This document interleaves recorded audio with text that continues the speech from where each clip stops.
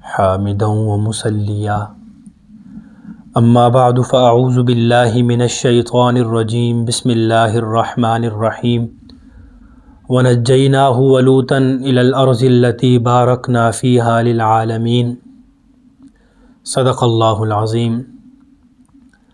گزشتہ ویڈیو میں ملک شام کے حوالے سے کچھ باتیں عرض کی تھی کہ ملک شام اصل میں کن ممالک پر مشتمل تھا اور اس کا محل وقوع کیا ہے، پھر انگریزوں اور فرانس کی مکاری نے کیسے اسے تقسیم کر دیا، اور موجودہ شام کا براعظم کون سا ہے اور محل وقوع کیا بنتا ہے۔ قرآن و حدیث کی روشنی میں ملک شام کی بات ہو تو اس سے کون سے ممالک مراد ہوتے ہیں، اور کون سے انبیاء علیہ السلام کو اللہ رب العزت نے اس سرزمین کی طرف بھیجا، کون سے محدثین کرام اور صحابہ کرام اس مبارک سرزمین میں مدفون ہیں، اس حوالے سے چند باتیں عرض کی تھیں۔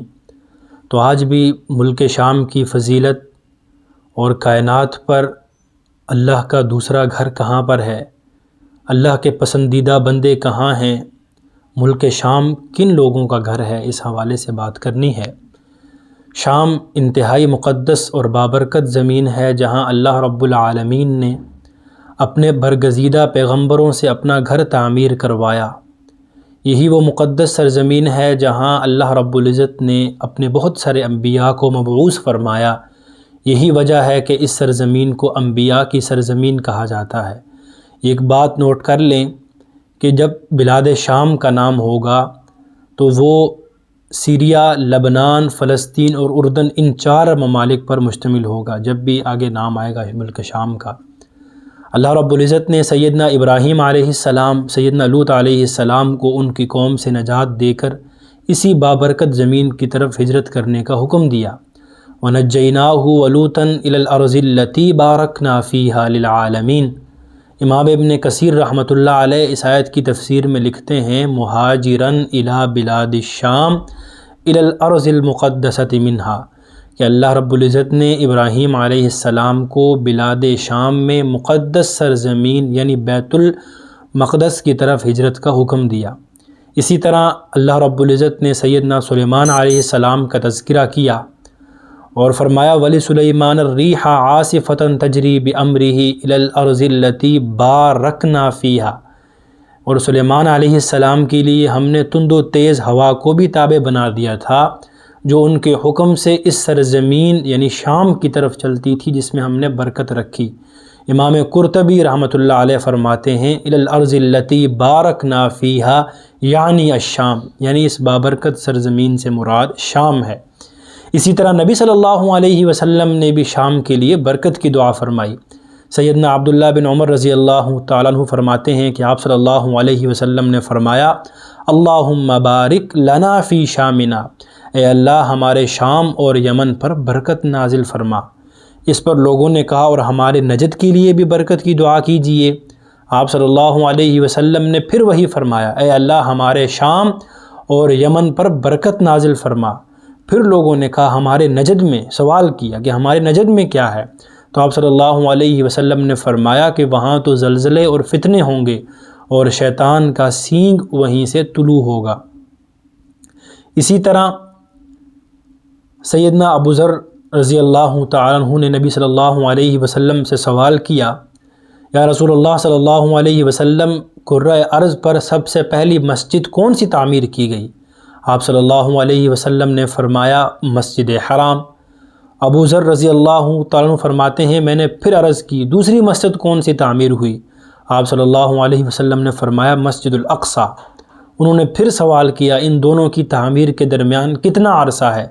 تو آپ صلی اللہ علیہ وسلم نے فرمایا 40 سال، فاصلہ بیان کیا۔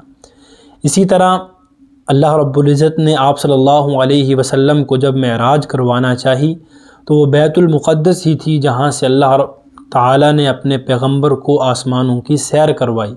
سبحان الذی اسریٰ بعبدہ لیلا من المسجد الحرام الی المسجد الاقصی الذی بارکنا حولہ لنریہ من آیاتنا۔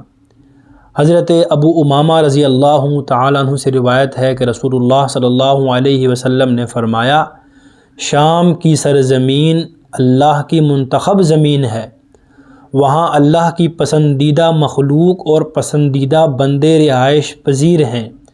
میری امت کی ایک جماعت جنت میں اس طرح داخل ہوگی کہ ان کا نہ حساب لیا جائے گا، نہ ہی ان پر کسی قسم کا عذاب ہوگا۔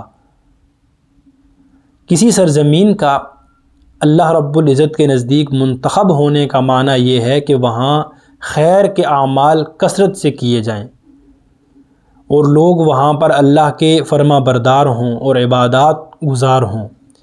اسی طرح سیدنا ابو درداء رضی اللہ تعالیٰ عنہ سے روایت ہے کہ رسول اللہ صلی اللہ علیہ وسلم نے فرمایا، ان فسطاط المسلمین، کہ جنگ کے روز مسلمانوں کا جماؤ غوطہ میں ہوگا۔ دجال سے جب جنگ ہوگی مسلمانوں کا جماؤ غوطہ میں ہوگا، جو اس شہر کے ایک جانب میں ہے جسے دمشق کہا جاتا ہے، دمشق بھی کہا جاتا ہے، جو کہ شام کے بہترین شہروں میں سے ہے۔ اسی طرح حدیث مبارکہ میں فتنوں کے دور میں سرزمین شام کو مسلمانوں کا وطن قرار دیا گیا، یعنی کہ ملک شام جو ہے وہ اہل ایمان کا گھر ہے۔ سیدنا سلمہ بن نفیل کندی رضی اللہ تعالیٰ عنہ سے روایت ہے، انہوں نے کہا کہ میں اللہ کے رسول صلی اللہ علیہ وسلم کے پاس بیٹھا تھا، تو ایک شخص نے کہا، اے اللہ کے رسول، لوگوں نے گھوڑوں کو حقیر سمجھ لیا ہے اور ہتھیار رکھ دیے ہیں، اور یہ کہہ رہے ہیں کہ اب کوئی جہاد نہیں ہے، جنگ ختم ہو چکی ہے۔ اللہ کے رسول صلی اللہ علیہ وسلم اس شخص کی طرف متوجہ ہوئے اور کہا، یہ لوگ جھوٹ بول رہے ہیں، جنگ تو اب شروع ہوئی ہے۔ میری امت میں سے ایک جماعت ہمیشہ حق پر لڑتی رہے گی اور اللہ تعالیٰ اقوام کے دلوں کو ان کے تابع کر دے گا، اور اللہ تعالیٰ انہیں ان سے رزق دے گا یہاں تک کہ قیامت قائم ہو جائے گی، اللہ کا وعدہ آ جائے، اور گھوڑوں کی پیشانیوں میں قیامت کے دن کے لیے خیر باندھ دی گئی ہے، قیامت تک کے دن کے لیے خیر باندھ دی گئی ہے، اور میری طرف یہ وحی کی گئی ہے کہ مجھے اٹھا لیا جائے گا اور تم مختلف فرقوں کی صورت میں میری اتباع کرو گے اور ایک دوسرے کی گردنیں مارو گے۔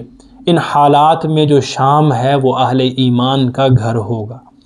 یہ مکمل حدیث مبارکہ ہے، اس کا میں نے ترجمہ کیا، تو اس میں نبی صلی اللہ علیہ وسلم نے آخر میں فرمایا کہ ان حالات میں جب ایسے حالات ہوں گے تو جو ملک شام ہے وہ اہل ایمان کا گھر ہوگا۔